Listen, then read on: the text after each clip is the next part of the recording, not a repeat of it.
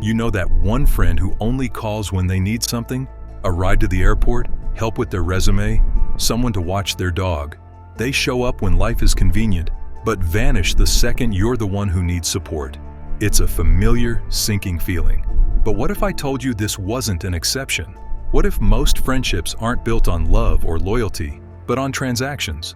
What if the connections you treasure are actually silent, unwritten contracts of give and take? By the end of this video, you'll know exactly whether you're surrounded by transactional friends or if you've become one yourself. Because the scariest truth isn't discovering that people use you. It's realizing how often, without even knowing it, you've used them. We grow up with a fairy tale version of friendship. We're taught it's about unconditional care, unwavering loyalty, and mutual respect. It's supposed to be the safe harbor in a storm, the one place where you don't have to perform or prove your worth. But for many of us, that's just a comforting illusion. In the real world, a huge number of relationships operate like silent, emotional business deals. They aren't friendships, they're arrangements. You give, they take. You listen, they talk. You provide value, and in return, you get to stay in their life. This is the brutal reality of transactional friendships. It's all based on a ledger mindset. Every favor you do is an entry on one side of the book. Every kind word you offer is a credit. But unlike a real friendship, the ledger is never meant to be balanced. It's designed for you to be in permanent emotional debt. Think about it. Do you have a friend who only texts when they need a ride, a favor, or a shoulder to cry on, but is conveniently busy when you're the one in crisis? Do they have a habit of reminding you of that one thing they did for you last year, holding it over your head as currency for their next request? Do they vanish completely when you're going through a tough time, only to reappear with a cheerful, "Hey stranger," once you're back on your feet and useful again? These aren't the signs of a bad patch in a friendship. These are the bylaws of a transaction. You're not friends. You're merchants, trading emotions for attention and favors for validation. The problem is, you're the only one who keeps giving away your inventory for free, hoping one day they'll decide to pay you back with genuine care. They never will. That's not part of the contract. So how do these dynamics even start? Nobody sits down and consciously decides to create a one-sided relationship. It happens subconsciously through something I call the invisible ledger. It starts with the natural human instinct for reciprocity. You do something nice for me. I do something nice for you. In a healthy bond, this is a beautiful, effortless dance. But in transactional friendships, kindness stops being a gift and becomes currency. Reciprocity goes wrong. Your generosity isn't met with gratitude, it's met with expectation. The power balance shifts. Suddenly, you feel like you have to stay useful to feel safe in the friendship. You become the reliable one, the helpful one, the one who always says yes. Because deep down, you're afraid that if you stop providing, you'll be abandoned. This is deeply tied to our psychology. People with low self-esteem often fall into this trap. They believe their inherent worth isn't enough, so they have to earn their place in someone's life through acts of service. People-pleasing isn't just about being nice. It's a survival strategy rooted in a fear of rejection. You're not just giving a ride, you're paying a fee to prevent them from leaving you. And on the other side of the coin, you have individuals with subtle narcissistic traits. These people don't see you. They see what you can do for them. They see your car, your skills, your listening ear, your connections. They only see value in what you provide, not in who you are. Let me tell you about someone we'll call Alex. Alex was the ultimate friend. He helped friends move apartments on sweltering summer days. He lent money when they were in a bind, never asking when he'd be paid back. He was a talented editor, so he'd spend his weekends polishing their resumes and college essays. He was the 2 a.m. phone call, the rock, the person everyone leaned on. Then, Alex's world fell apart. He lost his job and went through a devastating breakup in the same month.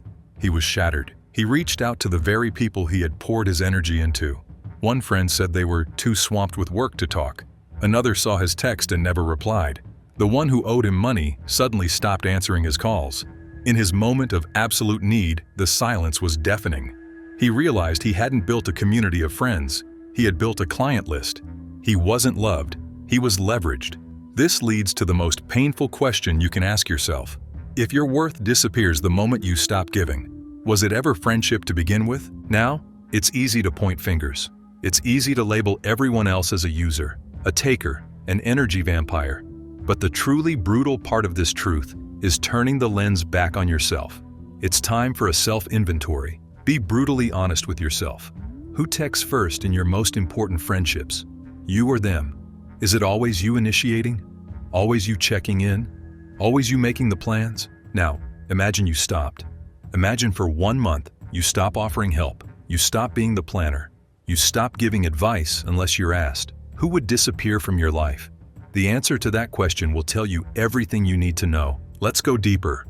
Do you feel a knot of anxiety in your stomach when you're not being useful to your friends? Do you feel like you need to have a problem to solve or a service to offer just to justify your presence? And here's the hardest question of all. Are you secretly keeping score too? Do you ever catch yourself thinking, I did this for them, so now they owe me one? Many people unknowingly become transactional to protect themselves from being used. We start keeping a quiet tally in our heads as a defense mechanism. We think if we keep the ledger somewhat balanced, we can't be taken advantage of. But in doing so, we become merchants ourselves, just like them. We start seeing relationships through a filter of what's fair, what's owed, and what we can get in return. It's a sad, lonely way to live. Drop a brain emoji in the comments if you've ever had that gut-wrenching moment of realizing a friendship was completely one-sided. So what is the root cause of this pattern? Why do we fall into these roles, as giver or taker? It almost always traces back to our deepest fears and earliest experiences. The chronic overgiver is driven by a fear of abandonment. They think, if I am indispensable, they can never leave me. They overcompensate, not out of pure kindness, but as insurance against loneliness. Then there's guilt-driven loyalty. You stay in toxic friendships out of obligation. Maybe you've known them since childhood, or they were there once, and now you feel indebted for life, even if they drain you. Much of this comes from childhood conditioning. If you grew up believing love must be earned, through grades, silence, or helpfulness, you carry that belief into adult friendships. You think your presence isn't enough. Low self-esteem tells a devastating lie. Your worth is what you do for others, so you become the helper, fixer, giver, because being needed feels like being wanted. It's a heartbreaking paradox. People love your usefulness, not you, but you're not stuck. Breaking the pattern begins with the 3 steps of freedom. First is awareness. Become a detective of your own life. Spot transactional energy in others and yourself. Notice when obligation, not joy, drives you. Awareness is painful, but necessary. Second is confrontation, not a fight with them, but with yourself. Ask, why do I need to earn my friendships? Confront the belief that your worth is conditional. Third is recalibration, where you build connections where your presence is enough and performance is irrelevant. Practical tips. Start saying no without long apologies. No, I can't this weekend is enough. Real friends understand. Transactional ones see it as a breach. Notice who stays when you have nothing to offer. Tired, broke, sad. Those are your people. And most importantly, sit with solitude. Loneliness makes us accept fake connections, but solitude filters out those who only want what you give, leaving the ones who appreciate your quiet moments. Stop giving everything to everyone, and you'll finally see who is truly there. Transactional friends fill your calendar but drain your soul. They are ghosts, present only when they need something, gone when you do. They create the illusion of a full life, but it's an emotional desert. Laughter is hollow, support conditional, love transactional. You deserve more. Friendships that are a refuge, not a marketplace. You deserve people who love you for who you are, not what you do. So ask yourself, are your connections genuine or trades disguised as love?